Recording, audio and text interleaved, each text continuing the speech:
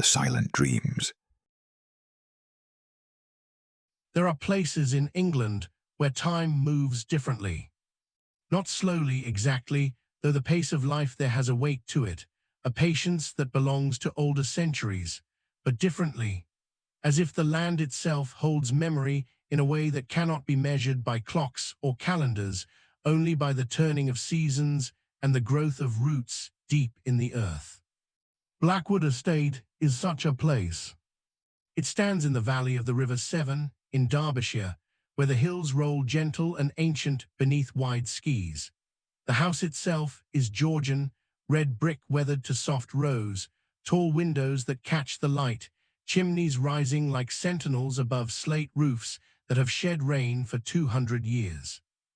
Around it, the grounds spread in careful terraces, formal gardens near the house, orchards sloping toward the river, and beyond, at the eastern boundary, a remnant of the old forest that once covered this entire valley before men came with axes and ambition. In November, when this story begins, the estate sleeps. The gardens are reduced to structure, bare rose canes, empty beds, stone paths dark with rain. The trees stand stripped of leaves, their branches making delicate patterns against grey skies. The lawns are brown with frost each morning, and the light, when it comes, is thin and pale, slanting low across the land. But even in sleep, the estate is beautiful. There is something in the quality of the silence here, something in the way fog settles each evening, rising from the river to wrap the grounds in soft white, muffling sound, turning the familiar landscape into something dreamlike and strange. Something in the way the old stones hold warmth, the way the paths remember footsteps, the way the earth itself seems to breathe, slow and patient, beneath winter's rest. If you were to walk these grounds at dusk, and many have over the years, you would notice things. The way gravel sounds different under your feet here, each stone placed with care, chosen for its voice. The way certain paths curve just so, following contours of land that were old when the house was young. The way the light falls through the trees at the boundary of the wild wood, creating shadows that seem almost deliberate, as if the darkness there has purpose. And if you are quiet and patient and willing to let the estate speak in its own time, you might hear things too. Not voices exactly, but something like them. The whisper of wind through bare branches, the drip of water from old gutters, the creak of iron gates that have swung on the same hinges for generations, the sound of the land settling into itself, the way it does when the work of summer is done and winter's long watching begins. There is a walled garden at the eastern edge of the estate, red brick, 10 feet high, with an iron gate that has rusted to permanent green-brown. Inside, rose beds sleep beneath their winter pruning. A fountain stands silent, its basin dark with water and leaves. Stone benches wait, patient as always, for the sun that will return in spring. Beyond the garden wall, through a gap where an old gate once hung, lies the wild wood. This is where the cultivated world ends and something older begins. Oak trees, massive and gnarled, their roots deep enough to touch water that rises from places far below the surface. Undergrowth thick with fern and moss. Ground that has never known the plough, never been shaped by human hands, never been anything but wild. And in the heart of that wood, hidden in a small clearing, is a spring. It rises from the earth the way it has risen for thousands of years, patient, constant, cold as memory. Someone, long ago, built a circular structure of brick around it. Someone carved symbols into the stones. Someone wrote words that still remain, worn but legible. The water remembers. The spring does not care who reads those words. It does not care who finds it or who forgets. It simply rises, as it always has, as it always will, carrying with it something that cannot quite be named, but can be felt by those who stand beside it in the quiet. Memory, perhaps, or time made tangible, or the sense that some places hold more than can be seen, more than can be explained, more than can be measured by any instrument except the human heart, open and patient and willing to listen. Tonight, the estate is wrapped in fog. It has been so for 3 days now, an unusual persistence that makes the familiar strange, that turns the grounds into an island separate from the world beyond. The manor house glows amber where lamps are lit within. The paths disappear into white nothing. The trees stand like ghosts of themselves, visible one moment, gone the next. And somewhere in that fog, carrying a lantern that creates a small sphere of warmth against the overwhelming dark, walks William Thorne. He has been the groundskeeper here for 37 years. He knows every tree, every stone, every shadow. He knows where the ground is soft after rain, where the old spring rises in the wild wood, where the ancient oaks stand that were already old when the first bricks of Blackwood were laid. He knows this land the way one knows a language learned in childhood, not through study, but through living, through touch and memory and the slow accumulation of seasons. Tonight he makes his final walk of the day, lantern in hand, boots crunching on gravel, breath forming clouds in the cold air. He is thinking about roots, how deep they go, how they anchor things to earth, how they remember in their way long after the surface forgets. The estate is quiet around him, patient, waiting. And in the wild wood beyond the walled garden, the spring rises from the earth, constant and cold and remembering, the way it has risen since before there was a Blackwood Estate, since before there were men to name this valley, since the beginning of memory itself. Some places hold more than we can see. Some places remember everything. And tonight, as fog settles thick and the darkness grows complete, those places are beginning to speak. The groundskeeper is listening. And so, perhaps, are you. Rest now, let the story carry you. Let the estate hold you in its patient memory. Let sleep come gentle, like fog rising from the river, like roots growing deep into earth, like water rising constant from the deep places where memory lives. The story begins. Opening. The fog comes every evening to Blackwood Estate.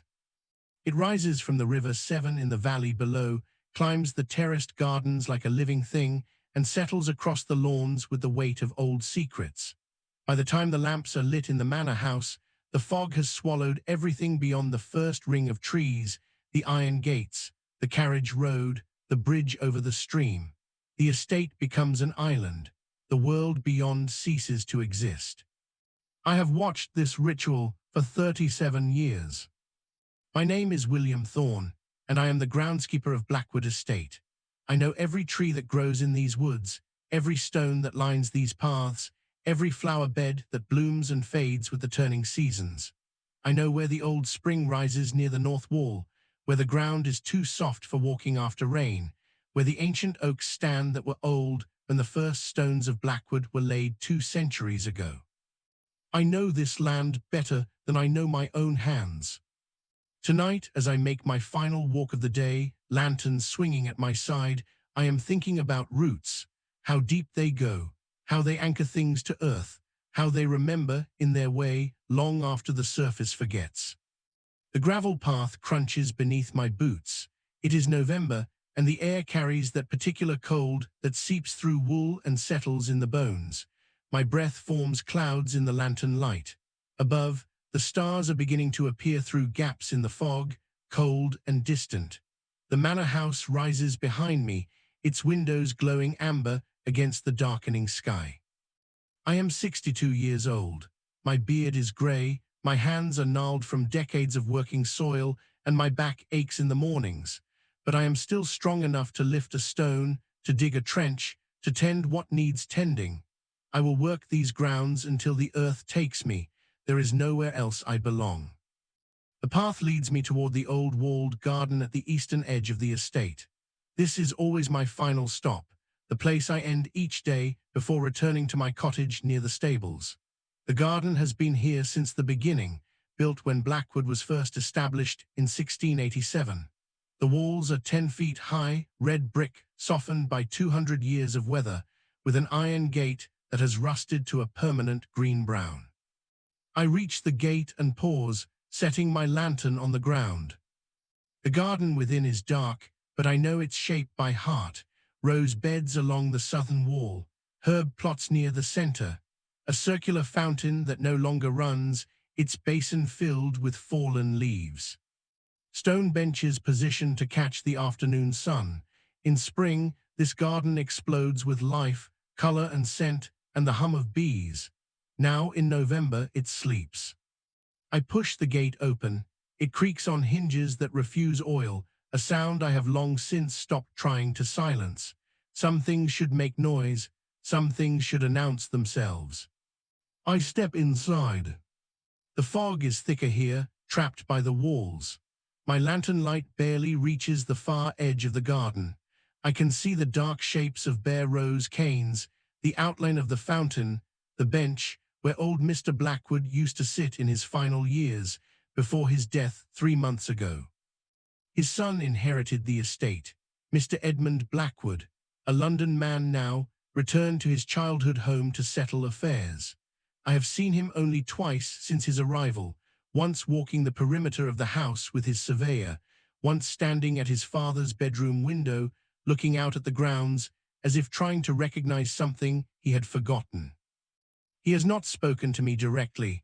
The housekeeper, Mrs. Crawford, conveys his wishes. Mr. Blackwood wants the drive cleared of leaves. Mr. Blackwood asks if the old summer house can be made presentable. Mr. Blackwood wonders about the condition of the walled garden. The walled garden. That is why I am here tonight, with the fog settling and the darkness growing complete. Tomorrow, Mr. Blackwood intends to visit this place. Mrs. Crawford came to my cottage this afternoon with the message. He wants to see it at first light, she said, her expression carefully neutral. He asks that you prepare it for viewing. Prepare it. I walk slowly along the central path, lantern held before me. What does one prepare in a garden that has been sleeping for 200 years? What does one show a man who knew this place as a boy but has forgotten how to see it? I reach the fountain and stop. The basin is full of brown water and decomposing leaves. Small branches have fallen from the oak that overhangs the eastern wall. The stone rim is cracked in 3 places. It would take a full day to clean properly, and even then, it would remain what it is, an old fountain that no longer flows. I set the lantern on the rim and kneel beside the water. My reflection wavers on the surface. An old man's face, shadows in the hollows of my cheeks, eyes that have seen too many seasons. I reach down and pull a handful of leaves from the water. They are slick and cold, already halfway to soil. This garden was Mrs. Blackwood's place, the elder Mrs. Blackwood, Edmund's mother, who died when he was 12 years old. She would come here every morning before breakfast, walking among the roses with her shears and basket, speaking softly to the plants as if they were old friends. I was a young man then, newly hired, still learning the rhythms of the estate. She taught me patience. She taught me to listen to growing things. The garden knows its own time, William, she would say, cutting a bloom with precise care. We are only here to keep the path clear. After she died, Mr. Blackwood, the elder Mr. Blackwood, Edmund's father, locked the garden gate. For 10 years, no one entered. The roses grew wild. The fountain clogged and ceased to run. The herb beds became a tangle of volunteers and weeds.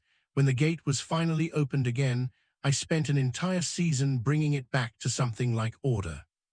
But it was never the same. A garden without its gardener is just a collection of plants. The life had gone out of it. I pull more leaves from the fountain, piling them beside the basin. My hands move automatically. This is what I do. I tend, I clear, I maintain, even when the maintaining feels like an act against inevitability. The fog presses closer. My lantern creates a small sphere of amber light, and beyond it, the garden disappears into darkness. I can hear water dripping somewhere, condensation from the walls, perhaps, or the slow leak from the old pipe that once fed the fountain. It is a lonely sound, patient and rhythmic. I finish clearing the fountain and stand, brushing wet leaves from my trousers. My knees protest. I am not as young as I pretend to be. Tomorrow, Mr. Edmund Blackwood will walk through this gate and see what remains of his mother's garden. What will he find?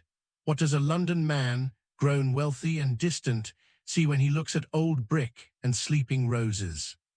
I pick up my lantern and turn toward the gate. And then I stop. There is something wrong with the light.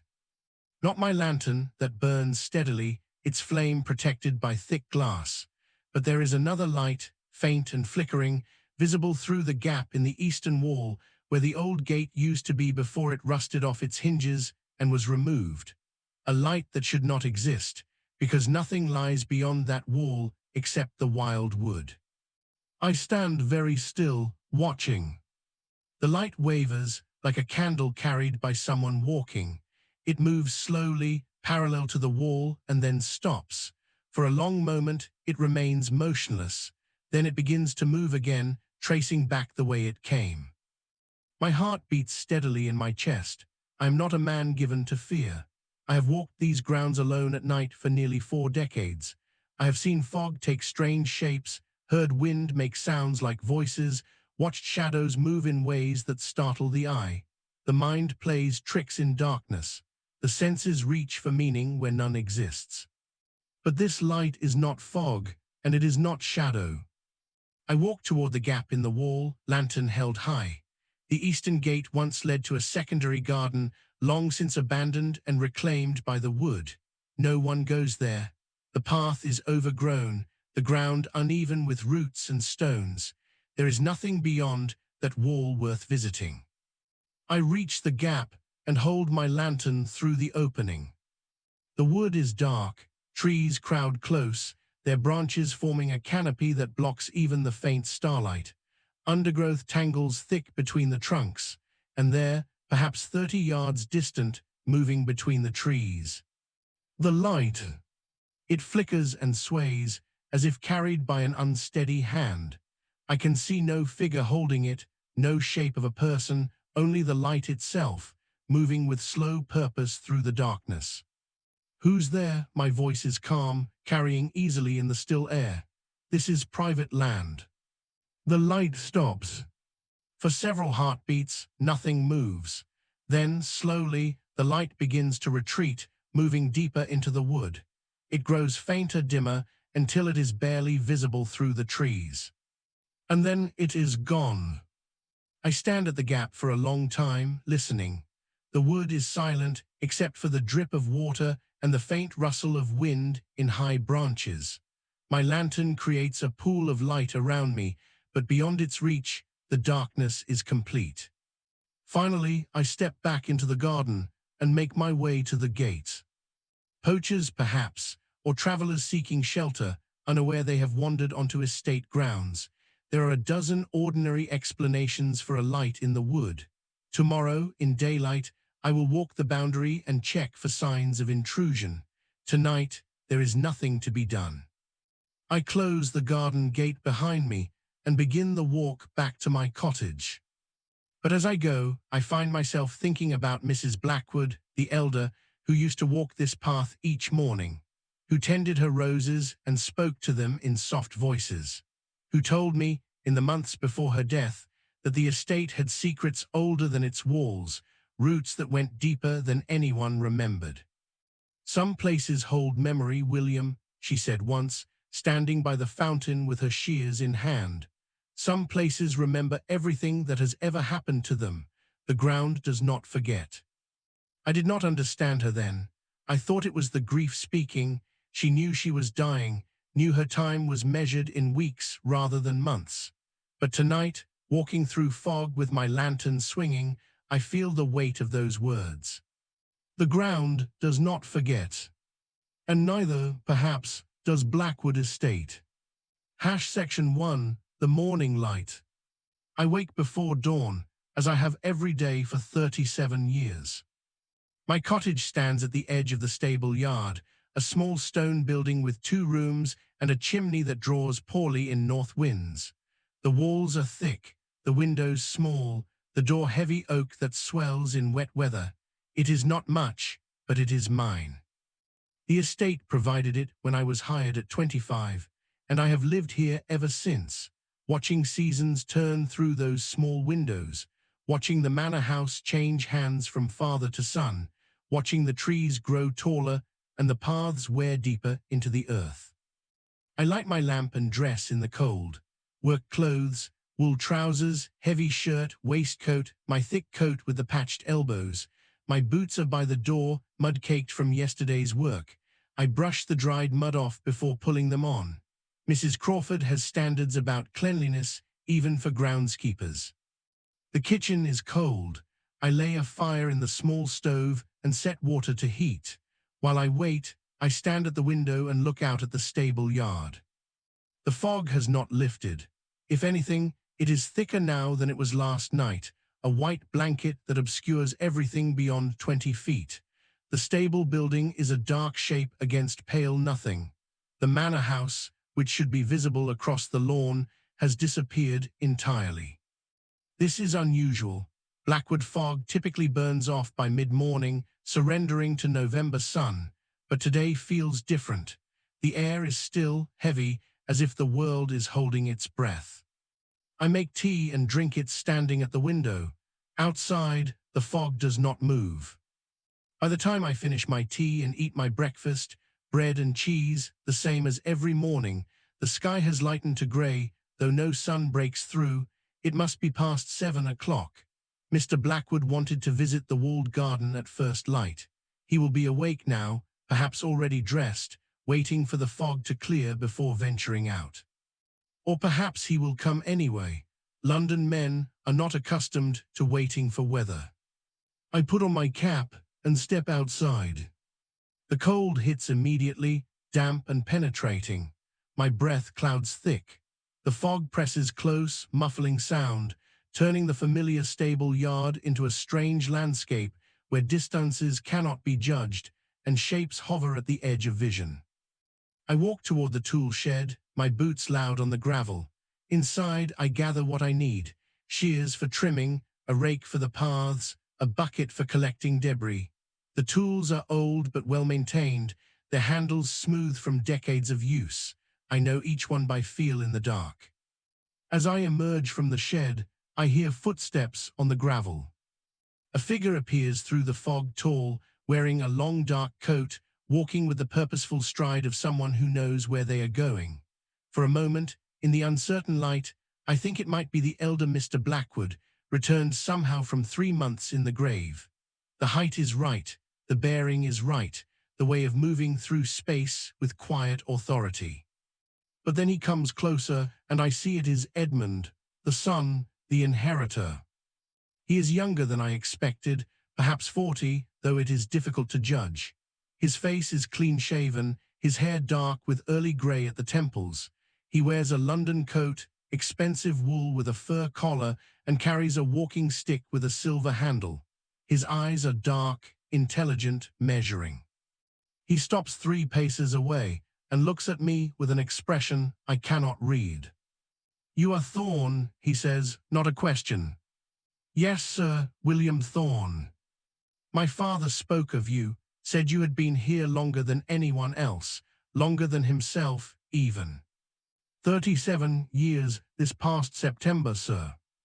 He nods slowly, his gaze moving past me to the fog-shrouded grounds. "You know this estate better than I do, then. I left when I was 18. I have not been back since my mother's funeral. 24 years ago. He was a boy then, grieving and displaced. Now he is a man, returned to claim an inheritance that feels, perhaps, more like a burden. Mrs. Crawford said you wished to see the walled garden, sir." "Yes," he looks back at me. "My mother's garden, I have memories of it. I wanted to see what remains." There is something in his voice, not quite sadness, not quite nostalgia, something closer to obligation, as if visiting the garden is a task that must be completed, a duty owed to the dead. "It's ready for viewing, sir. I cleared the paths yesterday evening." "Good." He shifts his walking stick to his other hand. "Lead the way, Thorne. This fog makes navigation difficult." I incline my head and turn toward the eastern path. He falls into step beside me, and together we walk into the fog. The estate unfolds around us in pieces, revealed and concealed by the shifting white. The lawn appears as a dark carpet beneath our feet. Trees loom suddenly out of nothing, their branches dripping with condensation. The path curves and climbs, and I navigate by memory and feel, by the slope of the ground and the sound of gravel beneath our boots. Mr. Blackwood says nothing as we walk. He keeps pace easily, his breathing steady, his attention focused ahead. I glance at him once and see his expression, concentration mixed with something that might be recognition. As if the path itself is triggering memories, the muscle memory of childhood walks overlaying the present moment. We pass the old oak that marks the boundary of the formal gardens. Its trunk is massive, gnarled with age, and somewhere high in its branches, invisible in the fog, a crow calls out a harsh warning. Mr. Blackwood stops abruptly. "That tree," he says quietly. "I climbed it once. I was 9 years old. My mother found me 30 feet up, too frightened to climb down. She stood at the base and talked me through it, step by step, until I reached the ground. I remember, I was there that day, working the rose beds, watching the small boy inch his way down through the branches while his mother's voice, calm and steady, guided him home. Your mother was patient, I say." "She was," he resumes, walking. "My father was not. When he learned what I had done, he forbade me from climbing any tree on the estate. I never did again." We continue in silence. The path narrows as we approach the walled garden, hemmed in by overgrown rhododendrons that have spread beyond their original beds. I make a mental note to trim them back before spring. The brick wall appears through the fog like a ship emerging from mist. Its red surface is dark with moisture, the mortar between bricks soft with age. The iron gate stands closed, its bars woven with the dried remains of climbing roses. I stop before the gate and turn to Mr. Blackwood. "The garden is as it was in your mother's time, sir, structurally unchanged. The fountain no longer runs, and some of the beds have been simplified, but the bones remain." He does not respond immediately. He is staring at the gate as if it holds some significance beyond iron and rust. His hand tightens on his walking stick. "I have not been through this gate in 24 years, he says finally. "The last time was the morning of her funeral. I came here before the service, before anyone else was awake. I wanted to see her roses one final time. They still bloom each June, sir, pink and white, just as she planted them." He looks at me then, and I see something unguarded in his expression. Grief, perhaps, or the echo of it, worn smooth by time but never entirely gone. "Open it, Thorne." I reach for the gate. The latch is stiff but yields to pressure. The hinges creak, that inevitable sound, and the gate swings inward. The garden reveals itself in layers as we step through. First the path, brick laid in herringbone, clear of debris from my work last night. Then the rose beds, bare canes pruned back for winter, their thorns sharp against the fog. The fountain at the center, its basin dark with water and fallen leaves despite my efforts to clear it. The stone benches, positioned as they have always been, patient and waiting. And beyond, through the gap in the eastern wall, the dark shape of the wild wood. Mr. Blackwood walks slowly down the central path, his boots clicking on brick. He does not look at me. His attention is entirely absorbed by the garden, as if he is seeing it and simultaneously seeing the ghost of what it once was. Roses in full bloom, fountain running clear, his mother moving among the plants with her shears. He reaches the fountain and stops. His hand rests on the stone rim, right where mine rested last night. He looks down into the water, and I wonder what reflection he sees there. "She died in autumn," he says, his voice carrying clearly in the still air. "October, the roses had finished blooming. She said that was appropriate. She said every living thing deserves a proper ending, a time to sleep before the winter." I wait, saying nothing. The doctors told us in spring that she had perhaps a year. She was determined to see her roses bloom one final time. Every morning that June, I would find her here, cutting flowers, arranging them in vases for the house. She never spoke of being ill. She never complained. She simply tended her garden. He straightens and looks around the walled space, his gaze moving from bed to bed, bench to bench, taking inventory of what remains and what has been lost. My father could not bear to enter this place after she died, he continues. He locked the gate and tried to forget it existed. But gardens do not forget, do they, Thorne? They remember who planted them. They remember whose hands touched them. They remember, I agree quietly. He turns to face me fully, and in his eyes I see the question he has not yet asked. The real reason he came here this morning through fog and cold. To visit a garden he has avoided for nearly a quarter century. I am selling the estate, he says. The words fall between us like stones into still water. A gentleman from Manchester has made an offer, a mill owner who wants a country retreat for his family. The sale will be completed by the new year. I will return to London and Blackwood will have new owners. I absorb this information without expression. In 37 years, I have learned to hold my feelings beneath a surface of calm. Inside, something shifts, not quite grief, not quite fear, but a recognition that the world I have known is ending. I see, sir. You will be provided for, he says quickly, as if this has been a concern. The buyer has agreed to retain the groundskeeper position. Your cottage and wages are secure. You need not worry about your future. But that is not what concerns me.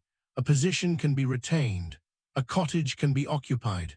But Blackwood Estate, the Blackwood that has existed for 200 years, carried through generations of the same family, tended by the same careful hands, that cannot be retained.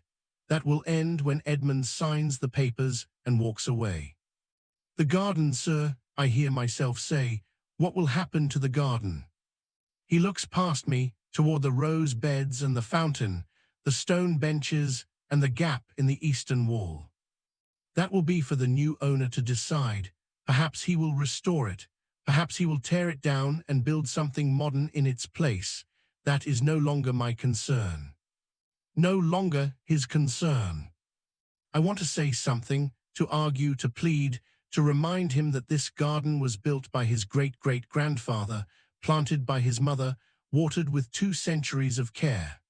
But I am an employee, and he is the owner, and the decision has already been made. I understand, sir. He studies me for a moment, as if trying to gauge whether I truly do understand, whether I am merely accepting, or if I harbor resentment beneath the surface.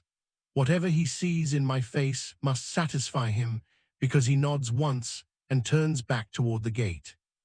Thank you for preparing the garden, Thorne. I will not visit again. He walks past me, through the gate, and disappears into the fog. I stand alone in the walled garden, listening to his footsteps fade on the gravel path. The fog presses close. The roses wait, bare and thorned, for a spring they may not see. And from somewhere beyond the eastern wall, from the wild wood, where last night I saw a light moving between the trees, I hear the faint sound of water running. But the fountain beside me is silent and still. Section 2, the boundary.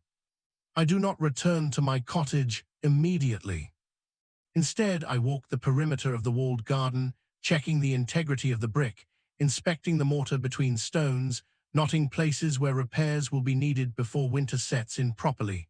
This is my work, regardless of who will own the estate come January. The ground still needs tending. The walls still need maintenance. Duty does not end simply because the future has become uncertain. The eastern wall shows the most damage. The bricks here are older, part of the original construction from 1687, and 200 years of weather have taken their toll. In 3 places, sections of mortar have crumbled entirely, leaving gaps where the wind can penetrate. The gap I noticed last night, the one where the old gate used to hang, is the largest, wide enough for a person to pass through if they were determined.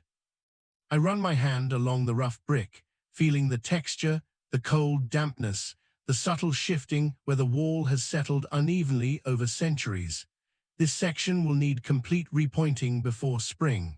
A week's work, perhaps more, depending on how deep the damage goes.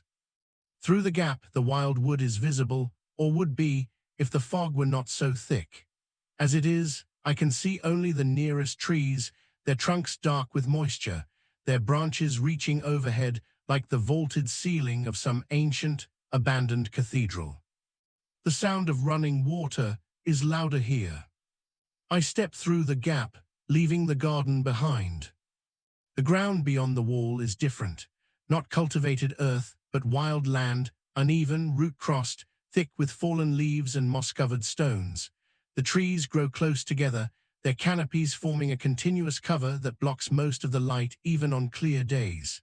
In the fog, it is like stepping into twilight, even though above the fog, the day continues toward noon. I move carefully, my boots finding purchase on the uncertain ground. I have been into this wood before years ago, when I was younger and more curious about the boundaries of the estate, but I have not ventured here recently. There has been no need. The wild wood serves no purpose. It produces no timber, supports no game, offers no scenic walks. It simply exists, a remnant of the ancient forest that once covered this entire valley before men came with axes and ambition. The sound of water draws me forward. I push through undergrowth, ducking beneath low branches, following the sound as it grows louder, clearer, more distinct. It is not the steady rush of a stream, but something more complex, water running over stone, collecting in pools, dripping from heights. A spring, perhaps, or a seep where groundwater finds its way to the surface. The trees thin slightly, and I emerge into a small clearing. In the center of the clearing, set into the ground among moss and ferns, is a stone structure. I stop, surprised. I have never seen this before. In all my years walking the estate grounds, I have never ventured deep enough into the wild wood to discover this place. The structure is circular, perhaps 6 feet in diameter, built from the same red brick as the estate walls, but clearly much older. The bricks are worn smooth, their edges rounded by centuries of weather. They form a low wall, no more than 2 feet high, surrounding what appears to be a well or cistern. And from within the structure, I can hear water moving. I approach slowly, my groundskeeper's instincts alert to danger. Old wells are treacherous, their sides are often unstable, their depths uncertain, their waters potentially unsafe. But as I reach the brick rim and look down, I see that this is not a well in the conventional sense. It is a spring. Water rises from somewhere deep in the earth, bubbling up through a bed of white stones, clear and cold and constant. The pool it forms is perhaps 3 feet deep, its surface perfectly still, except where the spring breaks the surface in a gentle upwelling. The water overflows the brick rim at a single point, where a channel has been cut into the stone, and runs away into the undergrowth, forming a small stream that disappears between the trees. I kneel beside the spring and dip my hand into the water. It is ice-cold, shockingly so, and clean. I can see to the bottom of the pool, see the white stones arranged in careful pattern, see the bubbles rising from the spring's mouth like silver beads. This is old, older than the manor house, older than the walled garden. This spring has been running since before men came to this valley, has been bubbling up from the earth through ice ages and warm periods, through the rise and fall of forests, through the building and abandonment of human structures. And someone, long ago, built a structure around it. Someone recognized this place as significant and marked it with brick and careful stonework. I sit back on my heels, studying the structure in the grey light. The bricks are laid in a pattern I do not immediately recognize, not the simple courses I am accustomed to, but something more complex, almost decorative. And on several of the bricks, worn nearly smooth but still visible if I look closely, are marks, not natural weathering, but deliberate carving, symbols. I lean closer, tracing one of the marks with my finger. It is a spiral carved deep into the brick face, turning inward toward a central point. And beside it, another mark, a series of lines radiating outward like sun rays or the spokes of a wheel. These are not mason's marks, these are something else, something older. I stand and walk slowly around the spring, examining the brickwork from all sides. The symbols appear at irregular intervals, no clear pattern to their placement, but all of them share a similar style, geometric, deliberate, worn by time, but still legible to eyes that know how to look. And then, on the northern side of the structure, I find words. They are carved into a single brick, set at ground level, almost hidden by moss. I brush the moss away carefully and read the inscription. The water remembers. Below the words, a date, 1687. The year the estate was established, the year the first stones of Blackwood Manor were laid. I crouched there for a long time, reading and rereading those 3 words, trying to understand what they mean. The water remembers. Remembers what? What does water remember? And why would someone 300 years ago carve such a message into stone beside a hidden spring in the wild wood? The fog presses closer.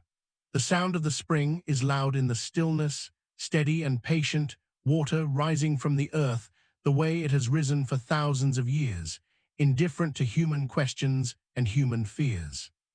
I become aware, gradually, that I am not alone. It is not a sound that alerts me, not a movement in my peripheral vision. It is something more subtle, a change in the quality of the air, a sense of presence, the feeling one gets when standing in a room and suddenly knowing that someone else is there, just beyond the edge of sight. I turn slowly, my hand resting on the brick rim of the spring. Through the fog, between the trees, I see a figure. It stands motionless, perhaps 20 yards away, at the edge of the clearing. The fog makes it difficult to judge distance, difficult to distinguish details. I can see that it is tall, wearing dark clothing, standing with the stillness of someone who has been waiting for a long time. Hello, my voice carries clearly in the muffled air. This is private land, you are trespassing. The figure does not respond, does not move.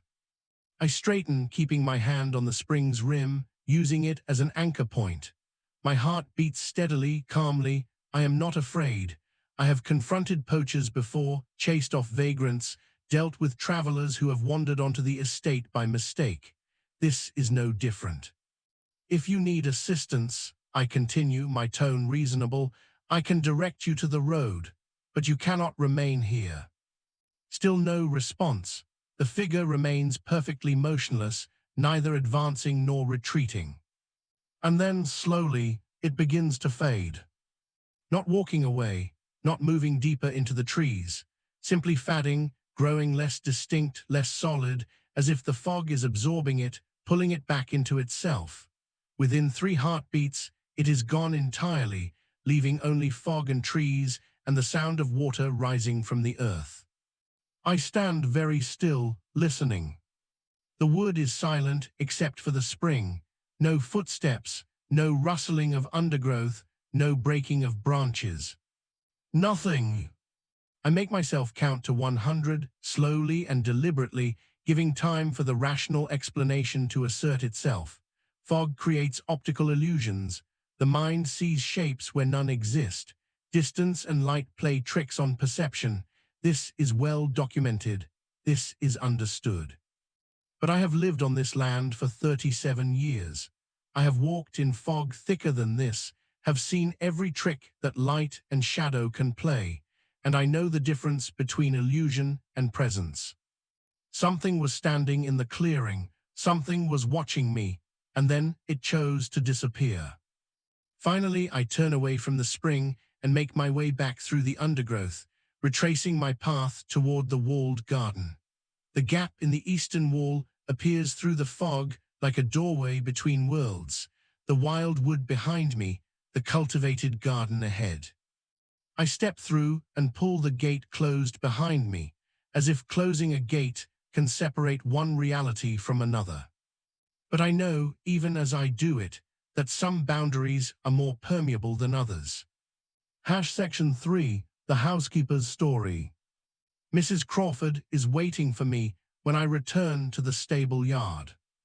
She stands by the kitchen door of the manor house, wrapped in a heavy shawl, her grey hair pulled back in its customary severe bun.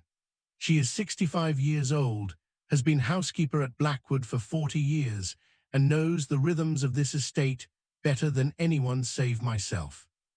We have worked together for nearly 4 decades. We are not friends. The structure of the household does not permit such familiarity, but we are allies. We understand each other's domains, respect each other's expertise, and share an unspoken commitment to maintaining Blackwood's standards regardless of who sits in the master's chair. She watches me approach with her usual measuring look, taking in my damp clothes, the mud on my boots, the set of my expression. "Mr. Blackwood returned an hour ago," she says without preamble. "He asked after you. I told him you were inspecting the eastern boundary." "That's correct." "And what did you find on the eastern boundary, Mr. Thorne?" There is weight in her question. She is not asking about the condition of the wall or the state of the undergrowth. She is asking something else, something that she suspects I have encountered, but is too cautious to name directly. "The wall needs work," I say carefully. "Several sections require repointing before winter." "I see," she pulls her shawl tighter, "and nothing else, nothing unusual." I meet her gaze. Her eyes are sharp, intelligent, missing nothing. "A spring," I say, "in the wild wood beyond the eastern wall, very old, built over with brick, marked with symbols and words." She nods slowly, as if I have confirmed something she already knew. "You found the old spring. I wondered if you would, eventually." "You know about it." "I know many things about this estate, Mr. Thorne. I have been here since I was 25 years old, and Mrs. Blackwood, the elder Mrs. Blackwood, trusted me with stories that have been passed down through generations of housekeepers. Stories that the family prefers not to speak of openly, but which must be known by those who care for the house." She glances toward the manor house, as if checking that we are not overheard, then looks back at me. "Come into the kitchen. You are damp and cold, and this is not a conversation to have standing in the fog." The kitchen is warm, fragrant with the smell of baking bread. A fire burns in the great hearth, and copper pots hang from hooks along the walls, polished to a mirror sheen. This is Mrs. Crawford's kingdom, as surely as the grounds are mine. Here she commands staff, manages supplies, and maintains the invisible machinery that keeps a great house running. She pours tea, strong, black, no sugar, and sets the cup before me. Then she pours her own and sits across the scarred wooden table, her hands wrapped around the cup for warmth. "The spring you found," she begins, "has been there since before the house, long before. When the first Mr. Blackwood, the first of the family, came to this valley in 1687, he found the spring already marked with brick and stone. No one knows who built the structure or when. It is older than any record." I sip my tea and wait for her to continue. "The first Mr. Blackwood was a practical man, wealthy from trade, looking for land to establish his family name. He bought this valley and built his manor house on the high ground overlooking the river. But before he broke ground, he consulted with the local people, the farmers, the villagers, those whose families had lived in this valley for generations." "What did they tell him?" "They told him to leave the spring alone. They said it was sacred ground, that the water came from deep in the earth and carried memory with it. They said strange things happened in the wild wood, lights seen between the trees, voices heard when no one was present, shapes that moved without casting shadows." She pauses, her gaze distant, as if seeing something beyond the kitchen walls. "The first Mr. Blackwood was skeptical. He was a modern man, educated, rational. He did not believe in superstition, but he was also shrewd. He understood that his laborers came from the local villages and that they would not work on ground they considered cursed. So he made a compromise. He would leave the wild wood untouched, would not cut the trees, would not build on that land, would not divert the spring. In exchange, the villagers would work his fields and build his house without complaint. And they agreed. They did, and the house was built, and the family prospered, and for 200 years that agreement has been honored. The wild wood remains wild, the spring continues to flow, and Blackwood Estate exists in balance between the cultivated and the untamed. She meets my eyes across the table, and I see that she is telling me something important, something that goes beyond mere history. But now Mr. Edmund is selling the estate, and the new owner, this mill owner from Manchester, knows nothing of agreements or balance or the things that should not be disturbed. He will come with modern ideas and modern machinery, and he will look at the wild wood and see only wasted land that could be cleared for pasture or timber. The spring will be destroyed, I say quietly. Very likely. She sets down her teacup with careful precision, and I do not know what will happen when that occurs. Perhaps nothing. Perhaps the stories are just stories, old superstitions passed down by people who feared what they did not understand. Perhaps the spring is simply water, and the wild wood is simply trees. But you don't believe that. I don't know what I believe, Mr. Thorne, but I know that this estate has stood for 200 years, and in all that time, the spring has never stopped flowing. I know that Mrs. Blackwood, the elder Mrs. Blackwood, believed the stories. She used to walk in the wild wood, used to sit by the spring and speak to it as if it could hear her. And after she died, her husband sealed the eastern gate and forbade anyone from entering that part of the estate. Why? Mrs. Crawford hesitates, choosing her words carefully. He said it was dangerous, unstable ground, treacherous undergrowth, risk of injury, but I think the real reason was grief. I think he could not bear to visit a place that had been important to his wife. I think he wanted to pretend it did not exist. And now Edmund is selling, and the new owner will have no such restrictions. No, she stands, gathering the teacups, her movements brisk and decisive. He will do as he pleases, that is the right of ownership, and we who serve here will adapt or leave, that is the nature of service. But I hear something in her voice, a resignation mixed with regret, a sense that something precious is being lost, and there is nothing to be done about it. Mrs. Crawford, I say, this morning in the wild wood I saw something. She stops, her hands still holding the cups, her back to me. What did you see? A figure standing in the clearing by the spring. It watched me for perhaps 30 seconds, and then it faded. Not walked away, faded, as if it were made of fog. She sets the cups down slowly and turns to face me. You are a practical man, Mr. Thorne. You do not give way to fancy. If you tell me you saw something, I believe you saw something. What was it? I don't know. Mrs. Blackwood used to speak of guardians, spirits or echoes or memories. She was never entirely clear, that watched over sacred places. She said the spring had such a guardian, that it had been there since the beginning, would be there until the end. I thought it was poetry, the way she spoke about her roses and the garden, but perhaps it was something more.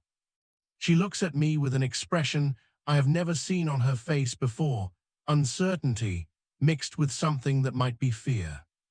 The estate is changing, Mr. Thorne. Mr. Edmund will sign the papers, the Manchester man will take possession, and everything we have known will be swept away. Perhaps the guardian senses this. Perhaps it is restless. What should I do? Nothing. What can you do? You are the groundskeeper. You tend the paths and trim the hedges and ensure the estate looks presentable. The wild wood is not your responsibility. The spring is not yours to protect. Let it be. But even as she says it, I know neither of us believes it. Some responsibilities are not written into employment contracts. Some duties are understood rather than commanded. I thank her for the tea and stand to leave. At the door, I pause and look back. Mrs. Crawford, if the new owner decides to clear the wild wood, will you tell him the stories? Will you warn him? She considers this for a long moment, her hands folded before her, her expression unreadable.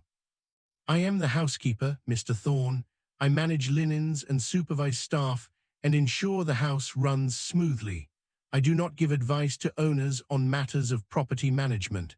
That is not my place." "But that is not my place," she repeats firmly, "and it is not yours either. We are servants, we serve. That is the extent of our power." I nod and step out into the fog. But as I walk back to my cottage, I find myself thinking about power and place and the limits of what service demands. I think about Mrs. Blackwood, the elder, who walked in the wild wood and spoke to water as if it could hear her, who tended her roses with the same care she might have given to children, who told me, in the months before her death, that some things are worth protecting even when the world says to let them go. "The ground does not forget," she said. And neither, I realize, do I. Section 4, the evening watch. The afternoon passes in routine work. I clear the drive of fallen leaves, repair a section of fence near the south pasture, trim back the rhododendrons that have overgrown the eastern path. These are mindless tasks, the kind that allow the body to work while the mind wanders elsewhere. And my mind wanders constantly back to the spring, to the carved words in the brick, to the figure that stood watching me through the fog. The water remembers. What does it remember? And why does it matter now, after 200 years of flowing silently in the wild wood, unmarked and unvisited? By evening, the fog has still not lifted. If anything, it has grown thicker, pressing against the windows of my cottage, turning the world beyond my door into a wall of white nothing. This is the longest fog I can remember in my 37 years at Blackwood. Typically, even the densest morning fog burns off by afternoon, but this persists, patient and heavy, as if the estate itself is holding its breath. I eat my supper, stew from yesterday, bread from Mrs. Crawford's kitchen, and sit by my fire trying to read. But the words on the page refuse to hold meaning. My attention keeps drifting to the window, to the fog beyond, to the knowledge that somewhere out there, beyond the walled garden and through the gap in the eastern wall, the spring is rising from the earth, constant and cold and remembering. Finally, as the clock strikes 8, I make a decision. I stand and put on my coat, I light my lantern, and I step out into the fog once more. The estate at night is transformed. What was merely isolated during the day becomes completely separate after dark. The fog blocks all ambient light, no moon, no stars, no glow from distant villages. My lantern creates a sphere of visibility, perhaps 10 feet in diameter, and beyond it, there is only darkness and fog and the muffled sound of my own footsteps. I know these paths by heart. I could walk them blindfolded, but tonight they feel different, longer, more winding, as if the familiar geography of Blackwood has been subtly rearranged, made strange by fog and darkness.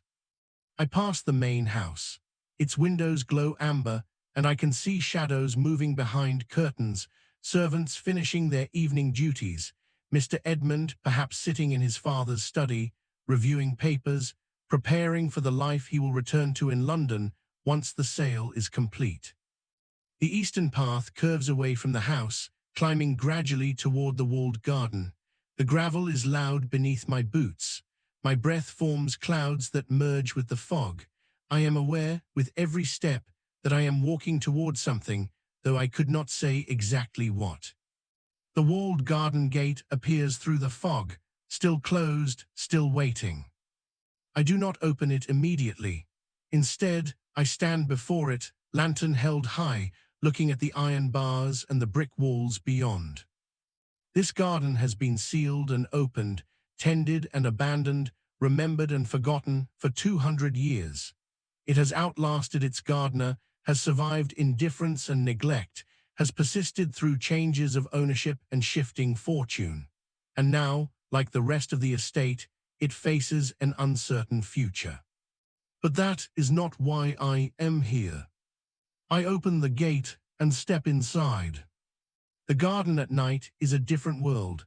The rose beds are barely visible, dark shapes against darker ground.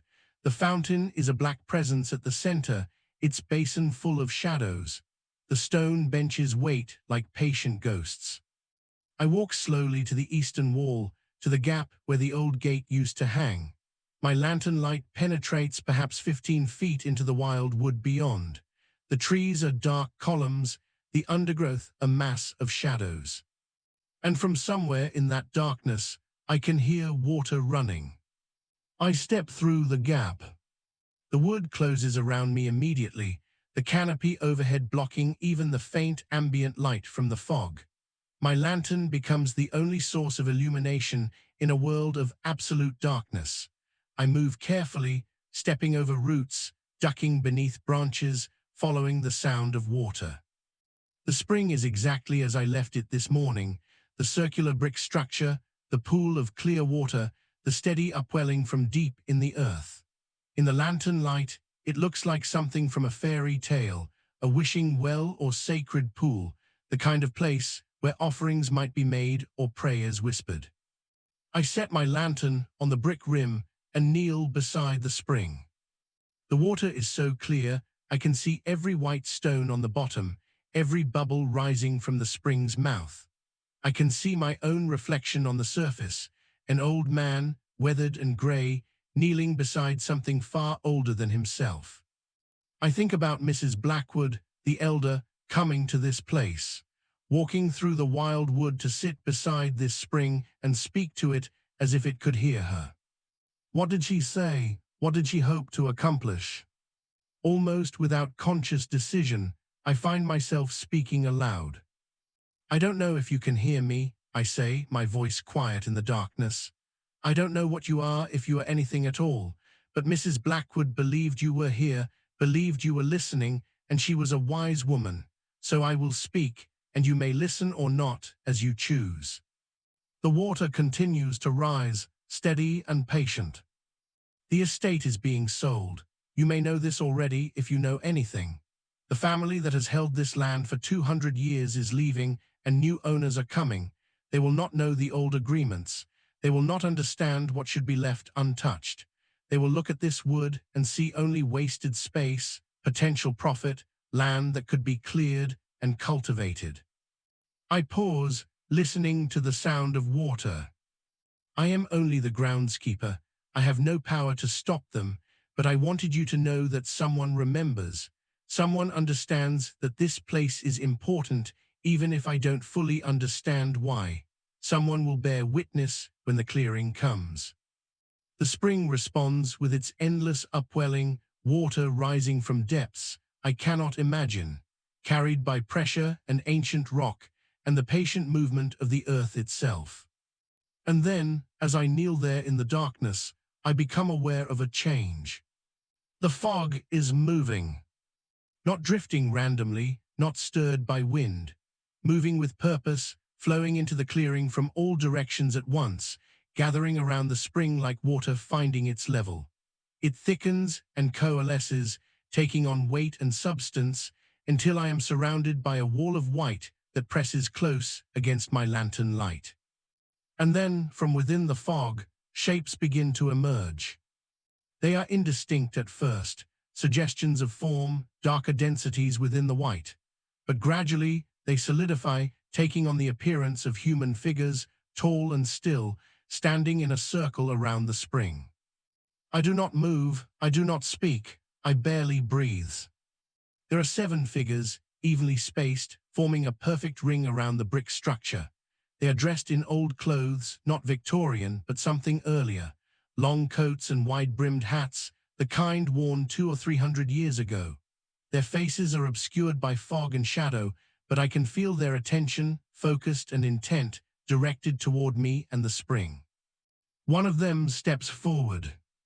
It is taller than the others, broader in the shoulder, carrying something in its hands, a staff or walking stick, I cannot tell which. It moves with the slow deliberation of something that has all the time in the world, that exists outside the normal flow of hours and days. It stops directly across the spring from me, separated by 3 feet of clear water and 200 years of time. And then it speaks. The voice is like wind through branches, like water over stone. It is neither male nor female, neither young nor old. It simply is, carrying weight and authority that brooks no argument. You have found the old place, it says. You have spoken the old words. You have been heard. I find my voice somehow. What are you? We are the keepers. We have stood watch since the beginning, since the first waters rose from the earth, since the first men came to this valley and recognized what dwelt here. We are the memory of the land. We are what endures when all else fades. The guardian, I whisper. Mrs. Blackwood spoke of a guardian. She knew, she understood.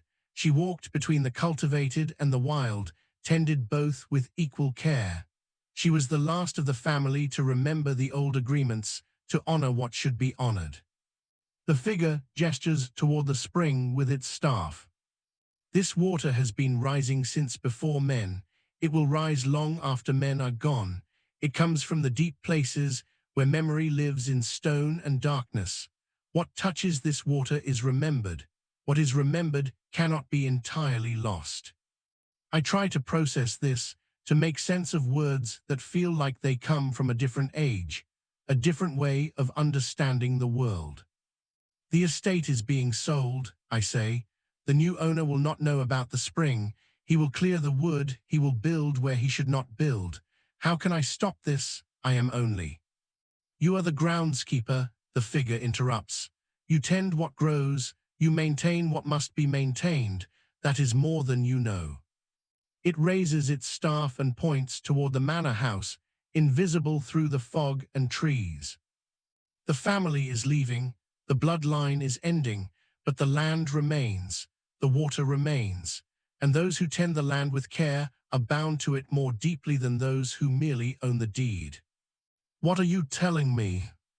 That ownership is temporary, that care is enduring, that what you have given to this land for 37 years has created obligations that transcend paper and contract.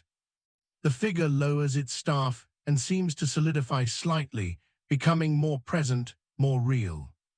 When the clearing comes, you will know what must be done. When the moment arrives, you will choose, and the land will remember your choice, as it remembers all choices made in care or carelessness, love or indifference. But what am I supposed to do? Tend, the figure says simply, as you have always tended, as Mrs. Blackwood tended her roses, with attention and patience and the understanding that some things are worth protecting even when the world says to let them go. The fog begins to move again, swirling around the figures, starting to pull them back into itself.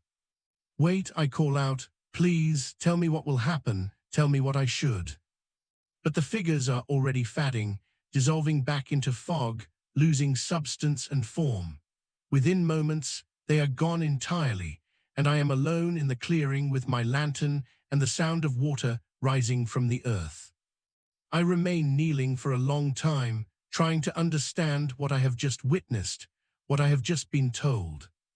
Finally, I stand, pick up my lantern, and make my way back through the wild wood, through the gap in the eastern wall, through the walled garden and its patient roses, back to the stable yard and my cottage and the ordinary world of work and duty.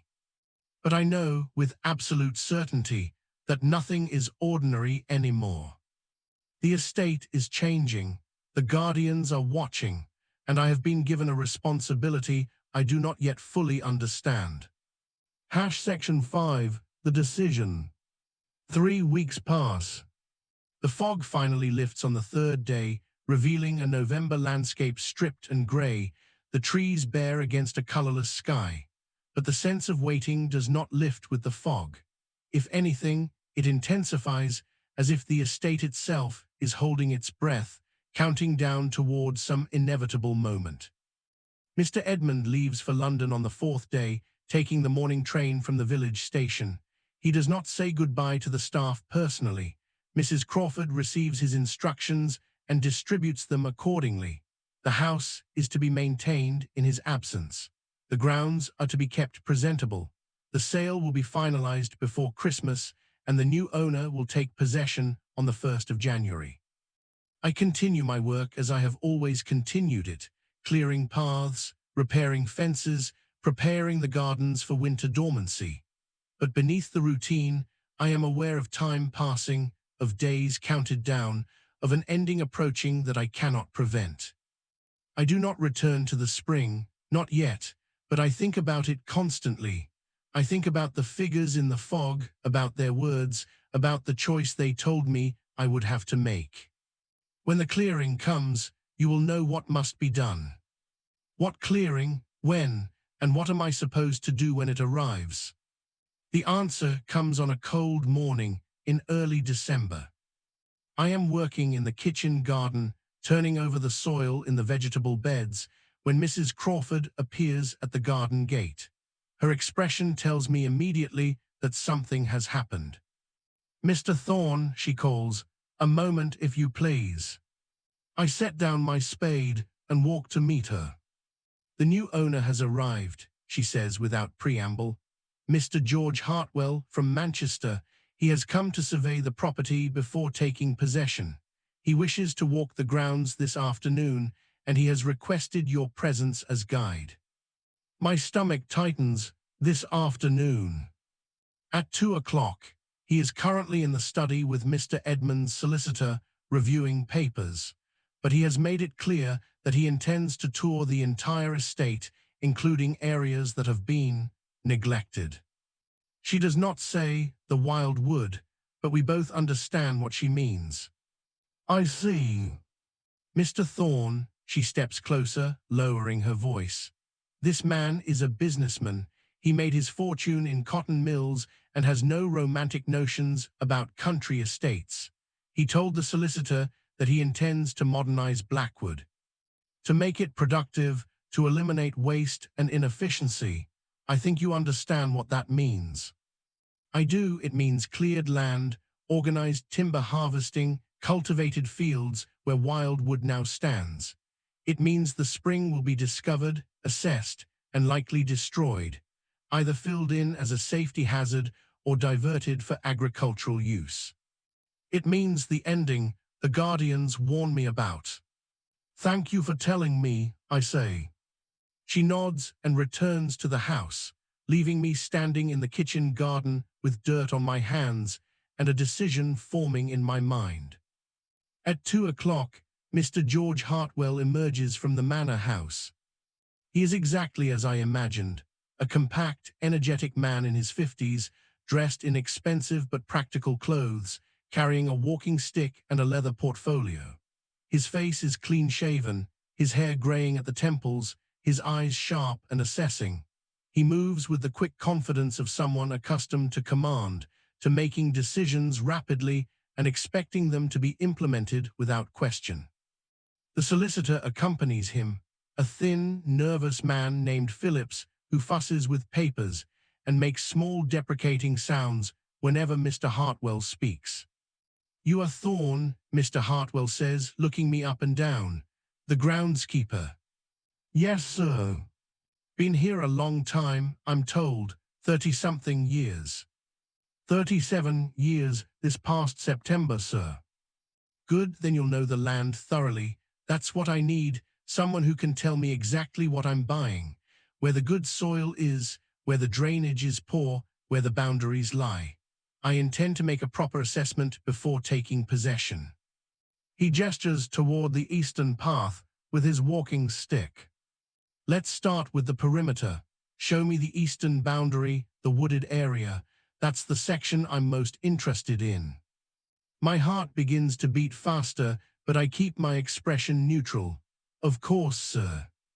We set off toward the walled garden, the three of us, Mr. Hartwell striding ahead, the solicitor hurrying to keep pace, myself following behind with measured steps. The day is cold but clear, the sky a pale winter blue.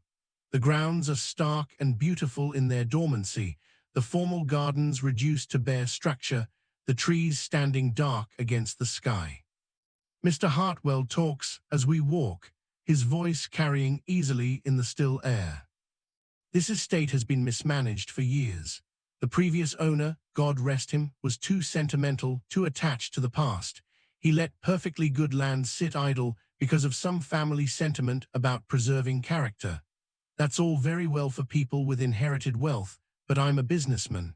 I believe in making land work, making it produce, generating return on investment. The solicitor makes a murmuring sound of agreement. The house itself is sound, Mr. Hartwell continues. I'll make some improvements, modern heating, better plumbing, perhaps add a conservatory. But the real value is in the land. 200 acres, most of it wooded or left to wild growth. That's 200 acres of potential revenue if properly utilized. We reach the walled garden. The gate stands open. I left it so this morning, anticipating this tour. What's this? Mr. Hartwell stops, looking at the brick walls. The walled garden, sir, built in 1687, original to the estate. It was maintained by the late Mrs. Blackwood. Mrs. Blackwood, he walks through the gate, studying the rose beds, the fountain, the stone benches. The first owner's wife. The most recent owner's wife, sir. She passed away 24 years ago. And since then, it has been maintained, but not actively gardened. The roses still bloom each June. He walks around the fountain, his eyes calculating, assessing. How much water does this use? None currently, sir. The fountain hasn't run in many years. Waste of space, he mutters. A garden this size, just sitting idle, could be productive, vegetables for the house, perhaps, or flowers for market. I'll have to consider it. He turns toward the eastern wall, toward the gap I know is there.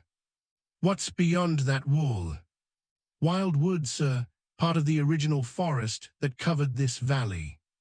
And what's its extent? Perhaps 20 acres, sir. Difficult to measure exactly as the terrain is uneven and the undergrowth thick. 20 acres, his eyes light with commercial interest. 20 acres of timber left standing for 2 centuries, that's valuable hardwood if it's been properly managed. It hasn't been managed, sir. It's been left entirely wild as part of the original estate agreement. He turns to look at me, his expression sharpening. Agreement? What agreement? I hesitate, choosing my words carefully. When the estate was established in 1687, the first Mr. Blackwood agreed with the local villagers to leave the wild wood untouched, in exchange for their labor building the house. An agreement made 300 years ago. Mr. Hartwell laughs, a short bark of amusement. My dear man, I don't give a damn about 300-year-old handshake deals with villagers. I'm buying this estate in 1887, and I'll do with the land as I see fit. He walks toward the gap in the wall. Show me this wild wood. I want to see what condition the timber is in. This is the moment. This is the choice the guardians spoke of. I could refuse. I could claim the undergrowth is too dangerous, the ground too unstable, the light too poor for safe travel. I could delay, find excuses, protect the spring for a few more days or weeks. But I know with absolute certainty that delay will only postpone the inevitable. Mr. Hartwell is determined. He will enter the wild wood with or without my guidance. Better that I am there, better that I can perhaps direct his attention away from the spring, away from the sacred ground. Or perhaps better that I lead him directly to it and bear witness to what happens next. This way, sir, I say, and step through the gap in the wall. The wild wood swallows us immediately. Even in daylight, even with the canopy bare of leaves, the wood is darker than the open garden, more enclosed, more separate from the cultivated world. Mr. Hartwell moves through it with his characteristic energy, pushing aside branches, stepping over roots, his eyes constantly moving, assessing, calculating. Good hardwood, he mutters, running his hand along an oak trunk. Very old growth. This will fetch excellent prices in Manchester. The mill owners are always looking for quality timber. The solicitor struggles behind us, his city shoes slipping on the uneven ground, his breath coming in short gasps. "Mr. Hartwell, perhaps we should return and continue the tour elsewhere. This terrain is rather challenging." "Nonsense, Phillips. This is the most valuable part of the property. I need to see it all." We push deeper into the wood, following no clear path, simply moving eastward through the undergrowth.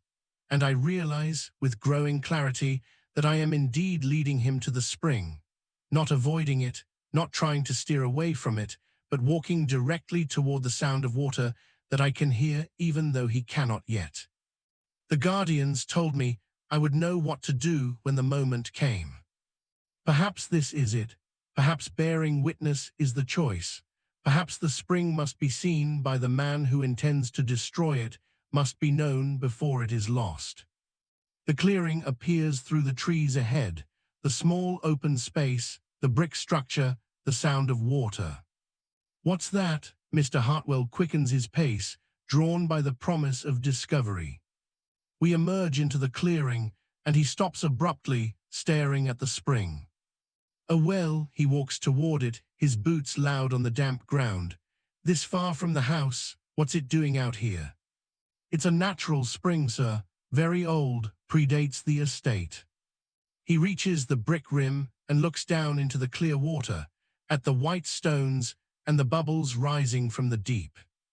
"Remarkable," he says, his tone shifting from commercial assessment to something closer to genuine wonder. "The water is crystal clear. You could drink from this." He kneels and dips his hand into the water, the same gesture I made 3 weeks ago. I see his expression change as he feels the cold, the clarity, the sense of something pure and untouched. For a moment, I think he might understand. I think he might recognize that this is not simply a natural resource to be exploited or a pretty feature to be preserved for aesthetics. I think he might feel what I felt, the weight of age, the sense of deep connection to earth and memory and time.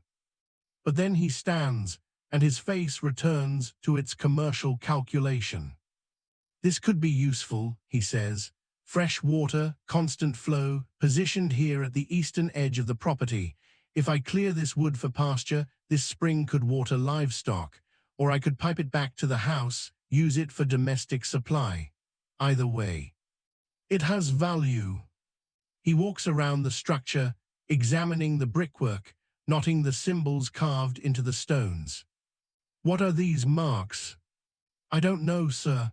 They were already here when the estate was established." "Probably mason's marks, interesting from a historical perspective, but not relevant to current use." He turns to the solicitor. "Phillips, make a note. Natural spring, eastern wood. Assess feasibility of piping to main house or utilizing for agricultural purposes." The solicitor fumbles with his portfolio, pulling out a notebook, scribbling with a pencil in shaking hands. Mr. Hartwell looks around the clearing, at the trees, at the undergrowth, at the brick structure that has stood here for longer than anyone knows. "Yes," he says with satisfaction, "this wood will be my first project. Clear it in spring, sell the timber, use the revenue to fund the other improvements I have planned. By next autumn, this will be productive pasture land with an excellent water source." He turns to me, his expression pleased. "Thank you, Thorne. This has been most valuable. You've shown me exactly what I need to see." And there it is. The decision is made. The clearing is coming, literally. The wild wood will be cut, the spring will be utilized, and 200 years of careful balance will end. I stand in the clearing and feel the weight of failure settling over me like fog. The guardians warned me. Mrs. Blackwood trusted me. The spring has been rising from the earth since before men, and I have led its destroyer directly to it. "When the moment arrives, you will choose," the guardian said. But what choice did I have? What could I, a groundskeeper, do against ownership and law and the determination of a man like George Hartwell? As we walk back through the wild wood toward the civilized world, I understand finally what the guardians meant. The choice is not whether to prevent the destruction. The choice is what I do after it happens. Whether I walk away, accept my wages from the new owner, tend his cleared land and his productive pastures without protest, or whether I remain loyal to something larger than employment, to memory, to care, to the understanding that some things are sacred regardless of who owns the deed. The guardians told me the land would remember my choice. I think they meant I would have to live with it for the rest of my days. Epilogue, spring returns. It is now late March, 4 months after the sale was finalized. The winter was hard, cold and wet, with snow that came early and stayed late. Mr. Hartwell took possession on the 1st of January, as planned, and immediately began implementing his improvements. The house was retrofitted with modern heating. The stables were expanded to accommodate more horses, and in February, when the ground thawed enough to permit heavy work, the logging crews arrived. They came from Manchester, professional foresters with axes and saws and heavy equipment, men who approached trees as units of lumber rather than living things. They worked with industrial efficiency, moving through the wild wood in systematic rows, felling the old oaks and beeches that had stood for centuries, hauling the logs to waiting wagons, leaving behind a landscape of stumps and sawdust. I watched from the walled garden as the clearing progressed. I did not have the power to stop it, so I bore witness instead. Each day, the sound of axes and saws filled the air. Each evening, I walked through what remained of the wild wood and marked the day's losses. The spring, they discovered, on the 3rd day of clearing. Mr. Hartwell was pleased.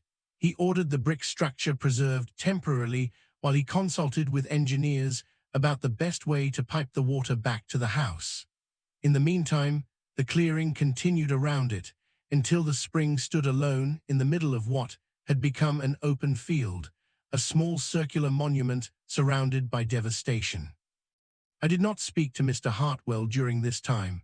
I performed my duties, maintaining the formal gardens, clearing the drives, repairing fences in the south pasture, but I did not volunteer information, and I did not engage in conversation beyond what was required. Mrs. Crawford observed my silence and said nothing. She understood. The logging was completed in mid-March. The wild wood was gone entirely, reduced to stumps and bare earth. The timber was sold to mills in Manchester, generating exactly the revenue Mr. Hartwell had predicted. He was pleased with his investment, pleased with his efficiency, pleased with himself. And then, 3 days ago, something changed. I am in my cottage when Mrs. Crawford appears at my door. It is early morning, just past dawn, and she is still wearing her night robe, her hair unpinned, a state of disarray I have never seen in her in 40 years of service. "Mr. Thorne," she says, breathless, "you must come to the house immediately. Mr. Hartwell there is something wrong." I follow her across the stable yard, through the kitchen entrance, up the servants' stairs to the 2nd floor. The house is in chaos, maids whispering in corners, footmen standing uncertain in hallways, the usual morning routine suspended. Mrs. Crawford leads me to the master bedroom, the room that was old Mr. Blackwood's, then Edmund's, and is now Mr. Hartwell's. The door stands open. Inside, Mr. Hartwell sits on the edge of his bed, still in his nightshirt, his face pale and drawn. The local doctor is there, Dr. Warren, from the village, checking his pulse, asking questions in a low, concerned voice. Mr. Hartwell sees me in the doorway and beckons me forward with a shaking hand. "Thorne," he says, his voice hoarse, "tell me about the spring." I step into the room, glancing at Mrs. Crawford. She nods, giving permission for me to speak freely. "The spring in the eastern wood, sir, the one you planned to pipe to the house." "Yes," he runs a hand through his disheveled hair. "Tell me everything you know about it, its history, the stories." I choose my words carefully. "It is very old, sir, older than the estate. When the first Mr. Blackwood bought this land, the local people told him the spring was sacred, that it should not be disturbed. He agreed to leave it untouched." "Sacred," Mr. Hartwell repeats, as if testing the word. And what happens if it is disturbed? I don't know, sir. The agreement has been honored for 200 years, until now. He looks at me with haunted eyes. I have been dreaming, he says quietly, every night since the logging finished. The same dream repeated. I am walking through the old wood, not the cleared land, but the wood as it was, thick with trees and undergrowth, and I am being followed. I can hear footsteps behind me matching my pace, keeping the same distance. When I stop, they stop. When I walk, they resume, and gradually the footsteps multiply. 2 become 4, 4 become 8. Until I am surrounded by sounds of walking, by presences I cannot see, all closing in toward me. Dr. Warren interjects. Dreams are not uncommon during periods of stress and change, Mr. Hartwell. Your body is adjusting to country life after years in the city. But Mr. Hartwell ignores him, his attention fixed on me. Last night the dream changed. Last night I reached the spring, and standing around it in a perfect circle were 7 figures. They were dressed in old clothes, coats and hats from centuries past, and they stood in silence watching me, and then one of them spoke. He swallows hard, his hand trembling as he reaches for a glass of water on the bedside table. It told me that I had broken the old agreements, that I had taken what should not be taken, that the land remembers, and what the land remembers, it does not forgive. The room is very quiet. I can hear the clock ticking on the mantel, hear Mrs. Crawford's soft breathing behind me. Then I woke, Mr. Hartwell continues, and I looked out my window toward the east, toward where the wild wood used to stand, and in the dawn light I saw them, 7 figures, standing at the edge of the cleared land, just as they stood in my dream, watching, waiting. Mr. Hartwell, Dr. Warren says firmly, you are overtired and overwrought. What you saw was morning fog, nothing more. Your mind supplied human shapes where none existed. Perhaps, Mr. Hartwell sets down the water glass with careful precision. But I don't think so, Doctor. I think I have done something I should not have done, and I think I am being held accountable for it. He looks at me again. Can it be undone, Thorne? Can the land be restored? Can the agreement be honored again? I think about this carefully. I think about 200 years of trees cut down in 3 weeks. I think about the spring, standing alone in cleared earth. I think about the guardians watching from the edge of what remains. I don't know, sir, I say honestly, but I think perhaps, if the spring is left untouched, if the cleared land is allowed to regrow naturally, if no further disturbance is made, perhaps the land might forgive in time. How much time? Longer than you or I will live to see, sir. A forest takes generations to grow, but the spring is old and patient, and it understands the long view better than we do. Mr. Hartwell sits in silence for a long moment, his hands folded in his lap, his face drawn with exhaustion and fear. Cancel the piping project, he says finally. Leave the spring as it is. Fence it off if you must, but do not touch it. And the cleared land, leave that as well. Let it be wild again. Yes, sir. He looks up at me one more time. Will that be enough? I don't know, sir, but it is a beginning. That was 3 days ago. Since then, the nightmares have not stopped. Mr. Hartwell sleeps poorly, wakes exhausted, and spends his days withdrawn and anxious. Dr. Warren has prescribed tonics and rest, but nothing helps. The house staff whisper among themselves, theories ranging from illness to madness to divine judgment. I know what it is. The guardians are making themselves known. The land is speaking in the only language Mr. Hartwell can understand, fear. Whether he will listen remains to be seen. This morning I walked to the clearing, the place where the wild wood once stood, where now only stumps and bare earth remain. The spring still rises in the center, its brick structure intact, its water clear and cold as always. And around the spring, in a perfect circle, I see them. 7 figures standing watch. They are more solid than they were in the fog, more present, as if the clearing has given them strength, as if the destruction has made them more necessary rather than less. I approach slowly, respectfully, and stand at the edge of their circle. One of them, the tall figure with the staff, the one who spoke to me 3 weeks ago, inclines its head in acknowledgement. "You kept faith," it says, its voice like wind and water.